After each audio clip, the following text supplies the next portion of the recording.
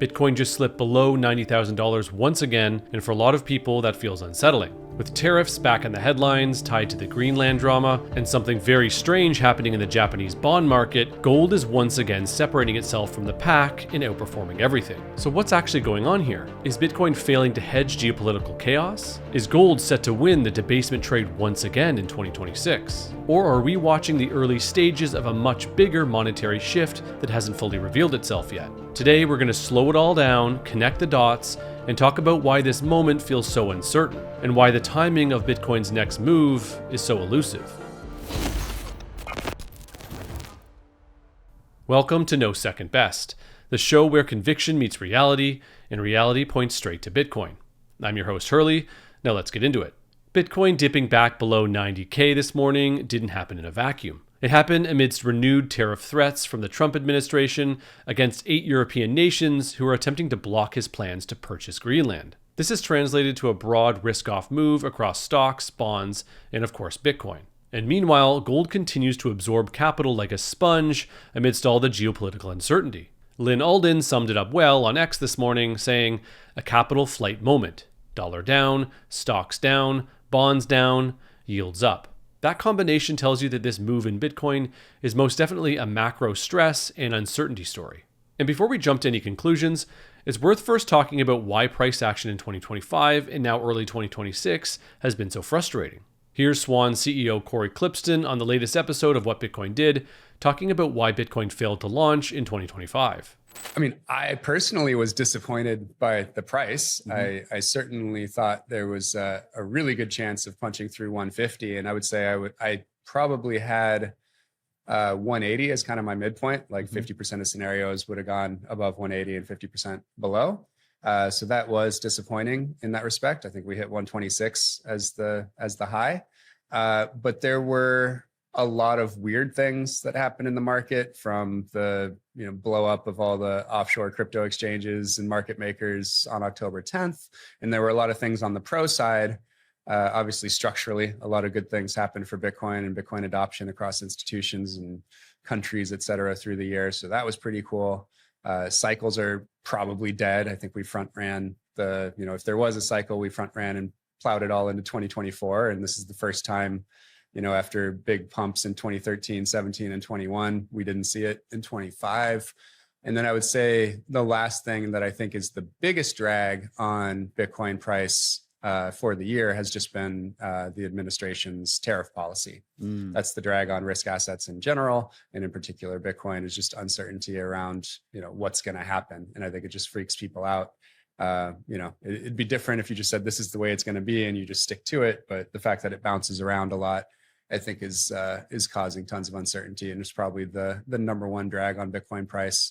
So I would say, like, if you had Trump being, pro Bitcoin and even just running all the grifts and, emoluments and self enrichment on the crypto side, but absent tariffs, I still think you would have had a ripping Bitcoin price run in 25. I think it was the tariffs that thwarted that. So the problem isn't just that tariffs exist. It's that they change constantly. Markets can price bad policy, but what they struggle to price is policy whiplash.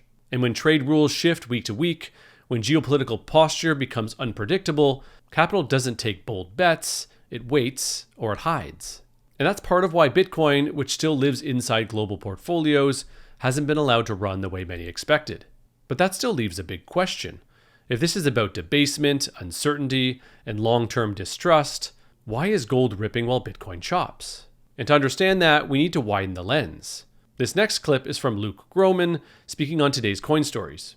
Now, Groman, a previous Bitcoin bull, famously sold most of his Bitcoin late last year, saying he expects gold to continue to outperform and Bitcoin to continue to lag in 2026. But more broadly, he's been focused on one thing for years: what happens when confidence in the dollar-centric system starts to crack. And in this clip, he makes a simple but uncomfortable observation. For the first time since 1930, 1972, and 2002, a grid of 12 different markets, factors, monetary supply, bond markets, et cetera, they're all breaking down. They're all in bear markets against gold, which is what they call a capital rotation event. And, makes perfect sense to me. I can see it in other markets I track. Bitcoin is gone into a bear market in gold terms. I think it's going to continue. I think part of that, is, Bitcoin has been trading like, a high beta tech stock. And as much as I think it will ultimately trade as a neutral reserve asset, it isn't yet. This is where it's important not to overinterpret what we're seeing. Gold outperforming Bitcoin right now doesn't settle the debate which asset wins long term. What it tells us is something narrower and more specific. Gold is responding to pressure. Pressure from rising geopolitical tension. Pressure from trade uncertainty. Pressure from a global monetary system that's showing visible strain. In moments like that, capital tends to move towards what's already recognized as neutral, something familiar, widely held, and institutionally embedded. And gold fits that role well today. It doesn't need to be explained. It doesn't need a new framework. It's already understood. Bitcoin, as Luke points out, isn't quite there yet. Not because it lacks the properties to become a neutral reserve asset, but because it hasn't fully been treated as one. It still trades inside portfolios, it still reacts to liquidity conditions, it still gets caught up in broader risk behavior. So the takeaway here isn't that gold has won or that Bitcoin has failed, it's that in periods of intense uncertainty, trust moves first and transformation follows later. And the timing of that handoff isn't something anyone can predict with precision, not even Luke Gromen. And that brings us to the part of today's story that most headlines are missing. Because if you're a serious macro investor, Japan is the real story today. This morning, Japan's 40-year bond yield soared to 4.215%, the highest level in history. Japan has spent decades as the world's low-rate, high-debt outlier. Zero rates mixed with massive government debt and an aging population. And for years, the bond market barely flinched. Well, that's now changing. When long-dated Japanese bond yields start rising sharply, it's not just a local problem. And it's because Japan isn't just another country. It's one of the largest holders of global financial assets. Japanese institutions own US treasuries, global equities, and credit across the world. When yields rise there, it creates pressure everywhere. Suddenly, capital has a reason to come home. Leverage gets uncomfortable, bond volatility spikes globally, and liquidity tightens at the margin. This is why people like James Lavish are saying, stop watching the political theater around Greenland and tariffs, watch Japan. And in moments like this, Bitcoin doesn't get bid first. It gets sold because it's liquid. That's not a failure of the thesis. That's a tell of how early we are.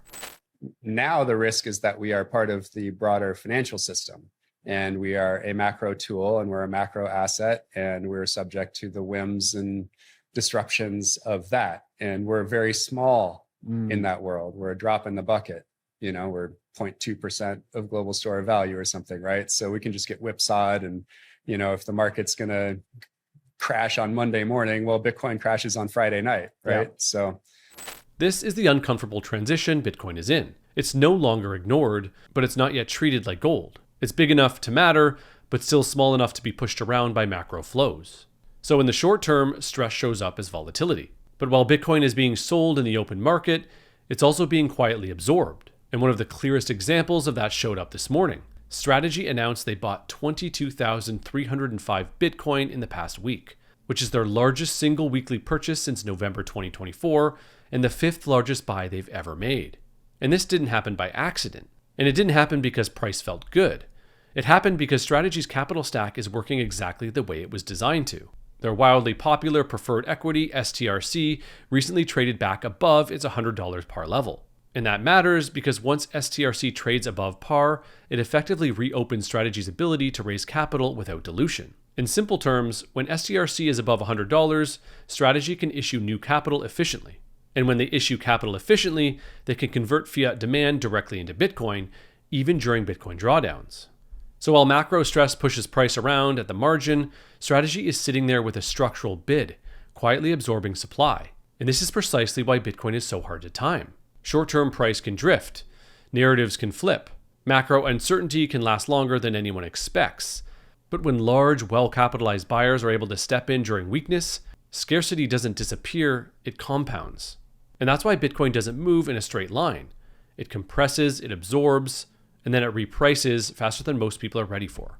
And trust me, no one wants to be on the other side when Bitcoin catches a bid.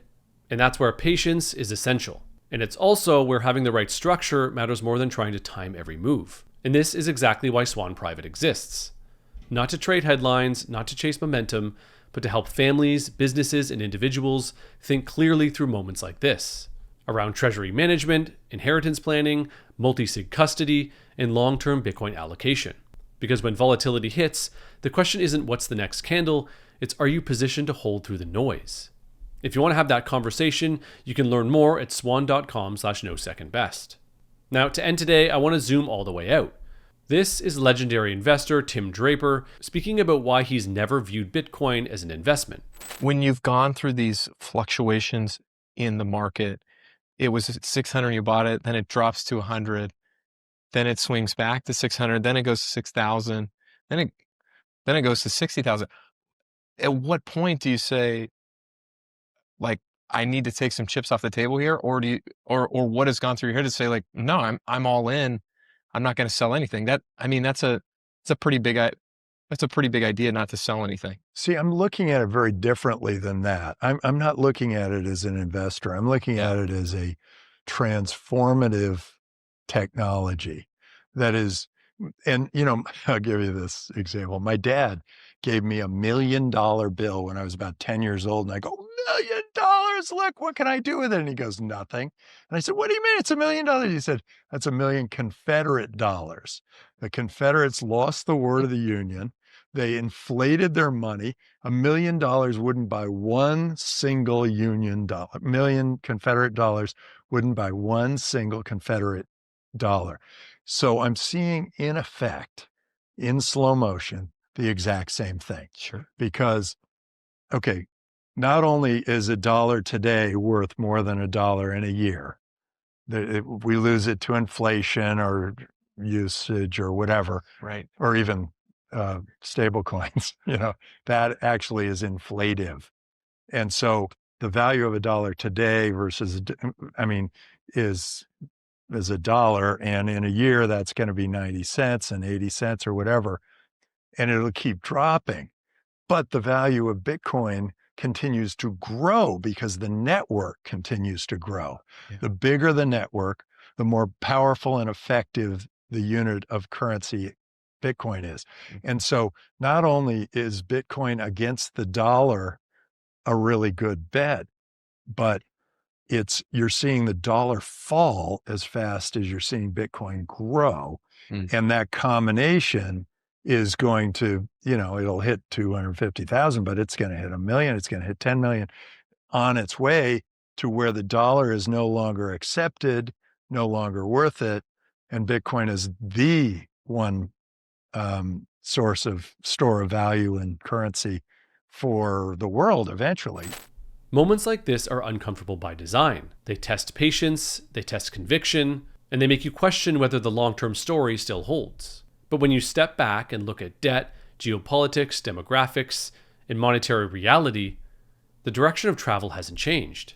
Gold may be carrying the baton right now, but history suggests it doesn't hold it forever. Bitcoin dipping on geopolitical tensions rather than ripping with gold and silver just tells you how early we are. And I'll say it again, Bitcoin is the most undervalued asset on the planet right now by a wide margin. The largest informational asymmetry in markets is still alive and well today.